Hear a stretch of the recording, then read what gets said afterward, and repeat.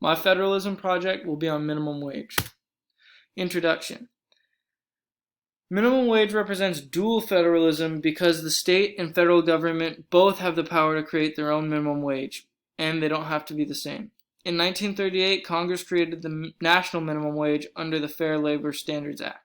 Congress used their powers under the Commerce Clause of the Constitution to create this act. This act was created after the Great Depression in order to protect workers and as a way to stabilize the economy. The act provides a minimum wage for all workers, part-time or full-time, public or private. States created their own minimum wages either in their state statutes or in their state constitutions. States' minimum wages can be higher than, the same as, and even lower than federal governments. They can also have no minimum wage, in which case the federal wage is used. When the state's is lower, it can only apply to certain jobs, and everyone else is given the federal minimum wage. When a worker is subject to both, they get the higher of the two. Congress is able to amend the federal minimum wage in order to increase it if it seems fit to do so. Minimum wage represents a concurrent power by which both the states and the federal government can create their own.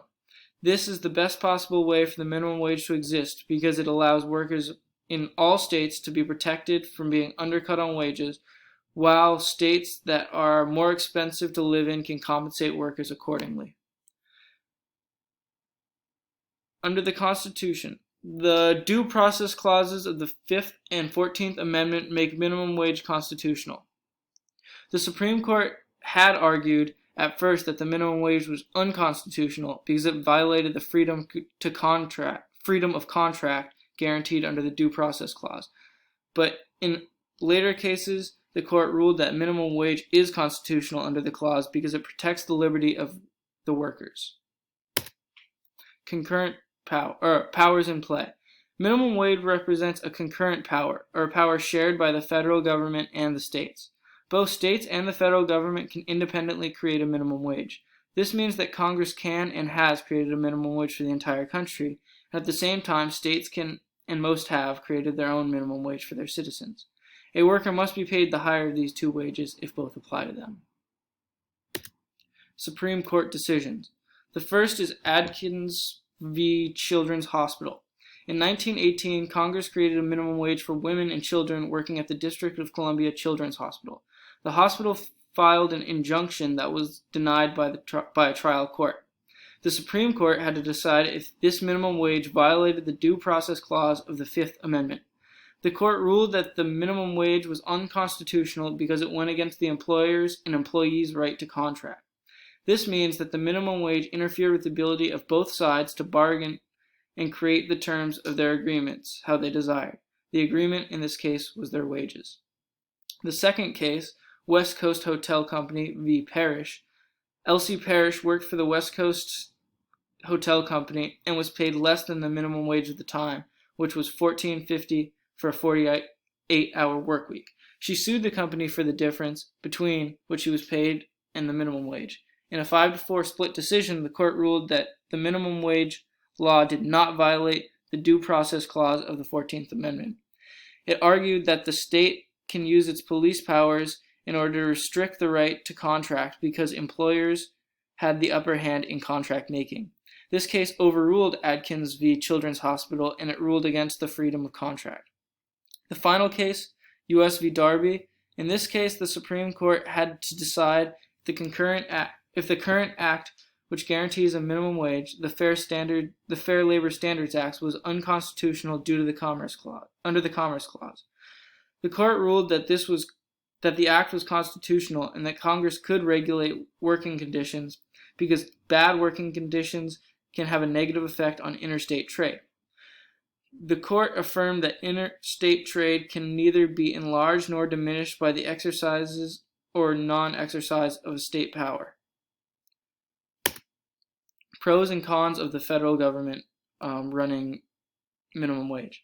The pros of the federal minimum wage is that it provides workers with a safety net so that companies can't drop their wages like what happened during the Great Depression. A single minimum wage also brings equality to the workforce because people in one state aren't making more than people in another. The cons of a federal minimum wage is that it's extremely low, and people who are paid this minimum wage often have to work long hours and multiple jobs in order to pay for the necessities. Also, if states aren't able to make their own minimum wage, more people who work in states with a higher minimum wage would become impoverished if they lower it. Pros and cons of the states running the minimum wage.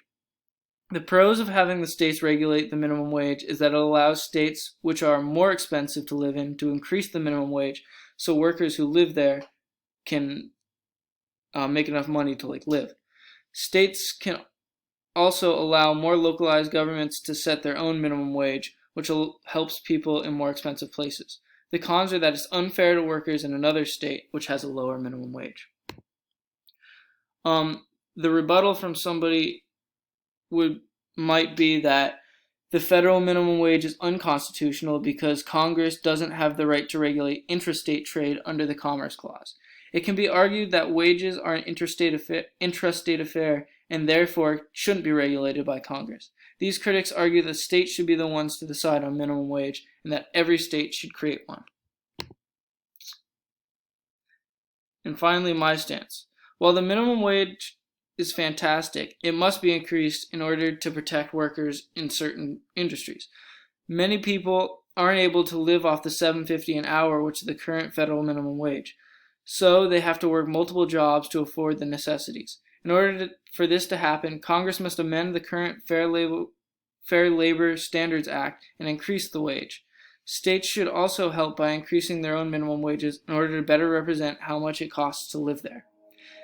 The belief that Congress cannot regulate minimum wage because it's an intrastate affair is wrong.